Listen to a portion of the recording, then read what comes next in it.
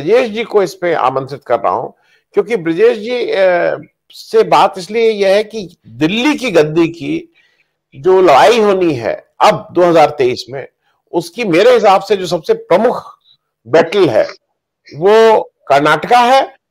Tripura psychological है, जैसे हिमाचल प्रदेश में इन टर्म्स ऑफ वोट तो वो नहीं है, लेकिन एक साइकोलॉजिकली कम से कम बीजेपी के हाथ से एक स्टेट गया, कांग्रेस ने बहुत दिनों बाद एक फिर वापस से एक स्टेट जीती, तो वो साइकोलॉजिकल है। त्रिपुरा भी उसी तरह का रहेगा, लेकिन कर्नाटक जो ऐसा है, मैं ओपनिंग आपसे ही शुरू कर रहा हूं। और कर्नाटक में एक चीज जबरदस्त बीजेपी के यहां दिक्कत है, येदियुरप्पा और जो बोम्मई और उनका जो अंतर कला है, वहां एक नया फैक्शन जनार्दन रेड्डी का भी हो गया, अभी कर्नाटक के हमारे साथी आएंगे तो उनसे पूछ लेंगे। लेकिन शुरू में ब्रजेश जी, जो आपके हिसाब से कर्नाटका इलेक्शन की जो सुगबुगाहट शुरू ही हो गई, कल अमित शाह साहब वहां जाके बातचीत किए हैं, उससे पहले प्रज्ञा ठाकुर जी ने भी जाके एक जो बीजेपी की पिच होती है वो भी बना दी थी। कर्नाटका इलेक्शन में आपसे एक जनरल ओपनिंग स्टेटमेंट ब्रजेश जी। नमस्कार। कर्नाटका को जितना मैं समझता हूँ, हेलो, आ रही आवाज आ रही? अच्छा, कर्नाटका को जितना मैं समझता हूँ, कर्नाटका में 3 तरह की वोटिंग पैटर्न है। और बीजेपी के बारे में बता दूं कि बीजेपी सरकार भले बना रही है, कर्नाटका में 3 बार बना चुकी है, लेकिन बीजेपी अपने अकेले के दम पर एक भी सरकार नहीं बनाई। हर बार उसे किसी न किसी का समर्थन लेते रहना पड़ा। और जेडीएस जो सरकार बनवाने में मतलब कभी कांग्रेस कभी बीजेपी के साथ होती रही है, आज टूट की कगार पर। जेडीएस के जो संस्थापक अगुआ है, अब वो बीमार और बहुत वयोवृद्ध हो चुके हैं, मुंबई साहब, और उनके बेटों में जो है वो ना तो राजनीतिक देवेगौड़ा साहब, उनके बेटों में ना क्षमता है, ना वह संगठन की बात है, ना उनकी उतनी अपनी बिरादरी या अपने फॉलोइंग पे उतनी अपील है। और दोनों 2 दिशा में चल रहे हैं बेटे, सबसे बड़ी बात है। तो परिवार में ही बंटवारा है, एक तरह से जेडीएस जो है बिखर रही है।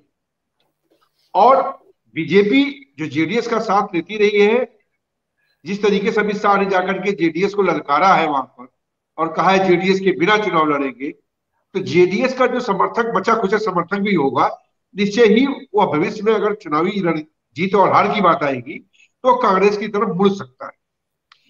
कांग्रेस में एक अच्छी बात हुई है, सत्ता से बाहर रहे हैं, और जिस तरीके से राहुल गांधी की यात्रा के दौरान दोनों नेताओं को जोड़ने की, बस डीके शिव कुमार और दूसरे क्या नाम उनका, सिद्धारमैया जी को एक साथ लाने की कोशिश की है। देखिए, दोनों एक दूसरे के पूरक है। मेरा जहां तक मैं कांग्रेस के 2 नेताओं के बारे में जानता हूं, संसाधन से मजबूत है डीके शिव कुमार, और पब्लिक में होल्ड और पकड़ और लोगों के बीच में जो अपना एक जो है मैन पावर का जो नेटवर्किंग है, वो सिद्धारमैया जी के पास है। अगर ये दोनों आपस में दिल से हाथ मिला ले तो आज की डेट में भाजपा इनको चुनौती देने की स्थिति में भी नहीं रही। भाजपा की जो कमियां है वो अपनी जगह है, लेकिन कांग्रेस की मजबूती बहुत तेजी से कांग्रेस के लिए काम आ सकती है। इस समय मनोबल हाई है। सरकार को लेके बीजेपी का भी एक गुट नाराज है, सरकार में भ्रष्टाचार और उसकी जो है इनकॉम्पिटेंसी को लेकर के राज्य में अजीब सा माहौल है। लोगों को मतलब लगता नहीं है कि ये सरकार बहुत अच्छा कर रही है। भ्रष्टाचार तो इशू है ही है, लेकिन वो विभिन्न मामलों में फैसले लेने में भी सरकार की वो शक्ति और अपना दमखम नहीं दिखा पा रही है। वो एक तरह से काम चलाऊ सरकार की तरह से काम कर रहे हैं। ये सारे हालात को अगर देखें तो बीजेपी को हराने के लिए यह एक बहुत ही बढ़िया मौका है कांग्रेस के पास। बस कांग्रेस को अपने अंदर कोई इस तरह की गुटबाजी और जो चुनावी रणनीति की तैयारी है वो करने की जरूरत है। मैं ब्रजेश जी, एक और इंटरेस्टिंग चीज इसलिए कि कर्नाटक की अहमियत आप इसी से समझ लीजिए, जैसा आतमजीत सिंह साहब ने भी कहा कि अब उम्मीद है कि प्रधानमंत्री के तूफानी दौरे लगने लगेंगे, लेकिन उसके पहले जो उनको पिचिंग करनी थी वो शुरू कर दिया है। प्रज्ञा ठाकुर जी कर्नाटक जाती हैं 2-3 दिन पहले, और वहां पे वो एक विवादित कह लीजिए भड़काऊ भाषण देते हैं, जहां पर वो कहते हैं कि हर हिंदू के यहाँ घर में चाकू तैयार रखना चाहिए, जिससे वक्त पड़ने पर उससे मुंह और गला काटा जा सके, इत्यादि इत्यादि। किसका काटा जा सके वो नहीं कह रही हैं उनका, लेकिन सबको पता है कि वो किसके लिए, ये किस कम्युनिटी के अगेंस्ट वो बोल रही हैं। मैं वहां पे करीब 13% मुस्लिम है कर्नाटका में, और वो भी कॉन्सेंट्रेटेड है पॉकेट्स में। तो मैं ये इसलिए पूछ रहा हूं कि बीजेपी की पिच फिर यही रहेगी, क्योंकि वहां वो एक परेशानी में फंसी हुई है। 40% कमीशन का भी बड़ा मामला चिपका हुआ है उनके ऊपर।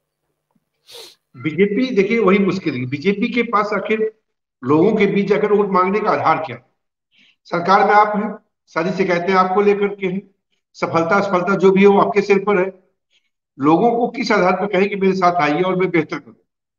हिंदू मुस्लिम उनका एक ऐसा खेल है जिसमें वो हर समय हर समस्या का हल ढूंढते हैं।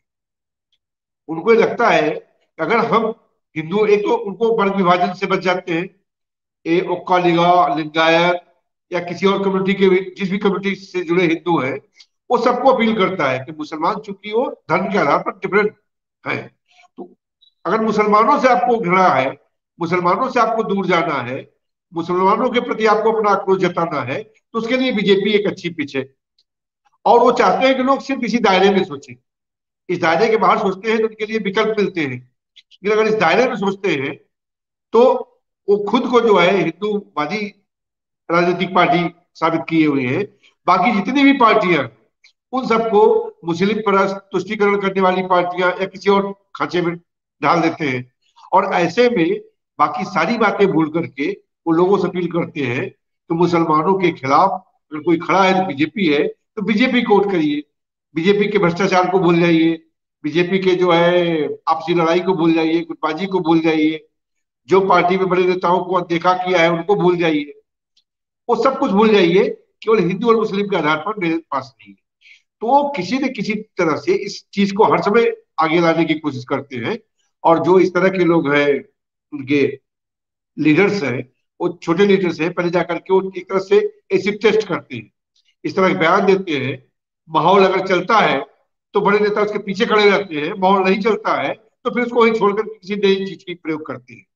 ये जो अभी चाकू वाली बात जाके की है वहां पर उन्होंने, उसके पीछे एक ही मकसद है कि कहीं न कहीं वो जानना चाहते हैं कि वहां की कम्युनिटी कैसे रिएक्ट करती है इस बात पे, हिंदू मुस्लिम के इशू पर क्या रिएक्शन आ रहा है। और जैसा रिएक्शन दिखेगा उस हिसाब से पार्टी के दूसरे नेता भी उस सिलसिले में या उससे मिलते जुलते बयान देना शुरू कर देंगे। और वैसे भी सारे मुद्दों के साथ साथ वो एक मुद्दा साथ में चलाएंगे, क्योंकि उनको ये मानना है कि कोई ना कोई एक ऐसा वर्ग है, खास करके उन इलाकों में जहां मुस्लिम पॉकेट्स होंगे, वहां इस तरह का अगर माहौल होगा हिंदू मुस्लिम वाला, तो वहां के हिंदुओं के हिंदी कम्युनिटी को वो सीधे इस बात के लिए बरगला सकते हैं, मुसलमानों के खिलाफ बीजेपी खड़ी है, तो आप लोगों को मुसलमानों से लड़ना है तो बीजेपी के साथ है। यह इनकी राजनीतिक और सोची समझी चाल है, जिस पर वो कोई बचाव नहीं करते, कोई सफाई नहीं देते, यहाँ कोई जी लोकतांत्रिक अपनी अवधारणा नहीं देते हैं। उनको चुनाव जीतना है, इसके लिए वो इस तरह की बात करते हैं और आगे भी करते रहे। जी। जी।